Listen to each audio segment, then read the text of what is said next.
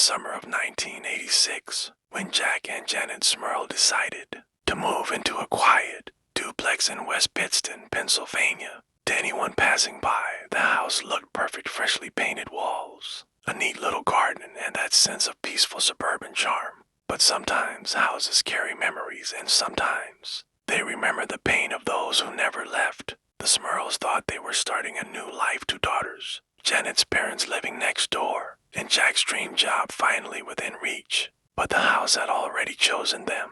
It started with whispers soft, like someone breathing behind your ear when no one was there. Janet would hear her name being called faintly while cooking, only to turn and find nothing but the sound of the ceiling fan humming lazily. The kids complained about toys moving on their own, shadows dancing across the walls. At first, the Smurls laughed it off. Old houses creak, Jack said, but soon laughter turned to sleepless nights. One evening, Janet was folding laundry when a cold gust blew through the room. She turned and the light flickered violently before going out. In the dim moonlight, she saw a shape standing at the end of the hallway. Tall, almost touching the ceiling, its eyes hollow pits glowing faintly red. Janet froze. Figure didn't move, just stared and then slowly melted into the shadows. She screamed and Jack came running, but when he switched on the light, nothing was there, just a pile of freshly folded clothes scattered across the floor. From that night on, the house began to live. Doors slammed without wind, footsteps echoed at 3 a.m., and whispers grew into mocking voices. Even the smell of rot began to appear thick, suffocating, as if something dead lingered behind the walls. Jack started losing sleep. He would wake drenched in sweat, convinced someone was standing over him.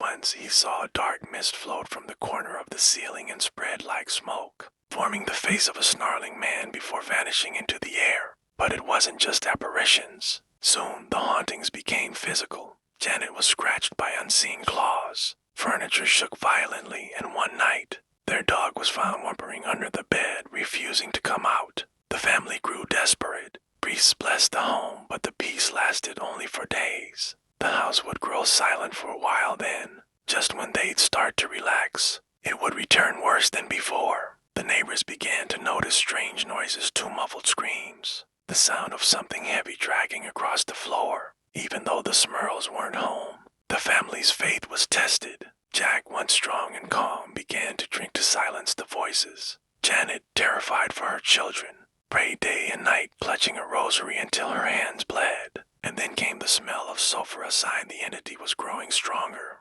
feeding off fear. At times, the lights would flicker in sync with Janet's heartbeat, and she'd feel icy fingers brush her neck, whispering, "You can't leave me." The turning point came one night when their youngest daughter screamed in her sleep.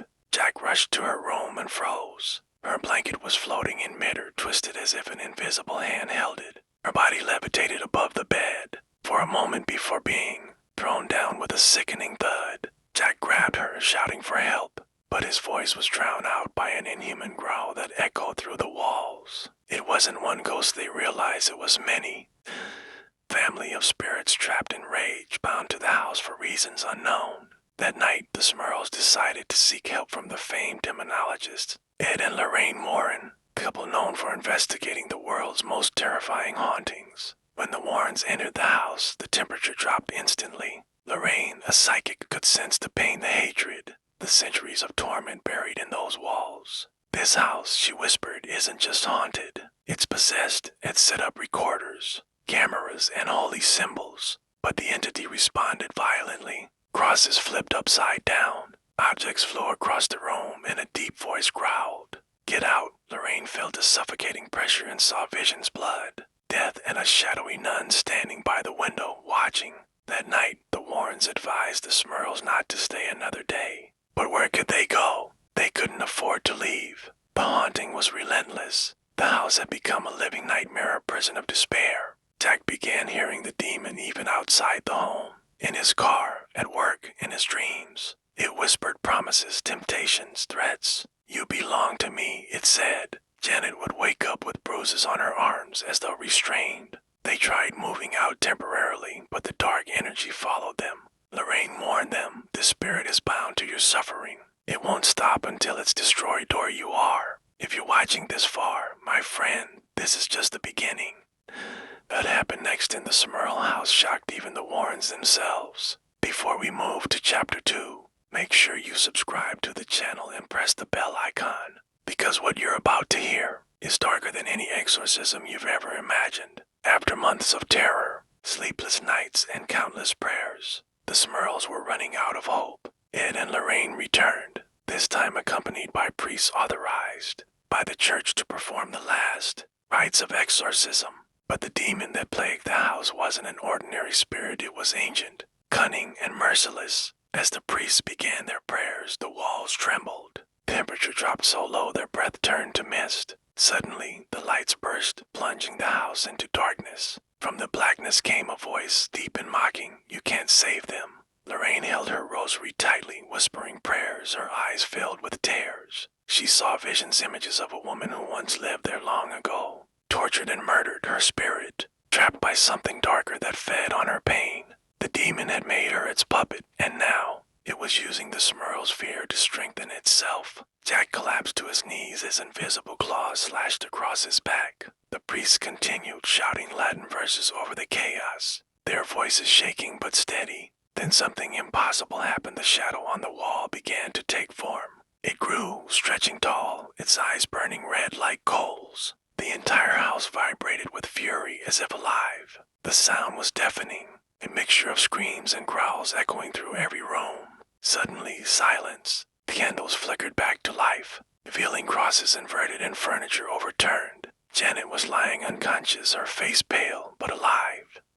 Priests completed the rite, and for a brief moment peace returned. The air felt lighter, the whispers stopped, and the stench of sulfur faded. The Smurls wept, holding each other tightly, believing it was finally over. But the peace didn't last long. A few weeks later, faint knocks began again, 3 knocks at midnight, always 3. Then the dreams returned. Janet dreamt of the nun, the same figure Lorraine had seen, standing beside her bed, her lips moving silently as if praying backward. The Warrens returned one last time. Lorraine entered the house alone, clutching a crucifix. She whispered, "Show yourself." The door behind her slammed shut, and she felt the room spin. A cold laugh echoed. In her vision, she saw Jack's family surrounded by shadows, bound by invisible chains. Lorraine called upon every ounce of faith she had, screaming the Lord's Prayer, and the shadows retreated, but not all the way. She knew the house would never be pure again. Some evil, once awakened, never truly dies. The Smurls eventually moved away, leaving behind everything they owned.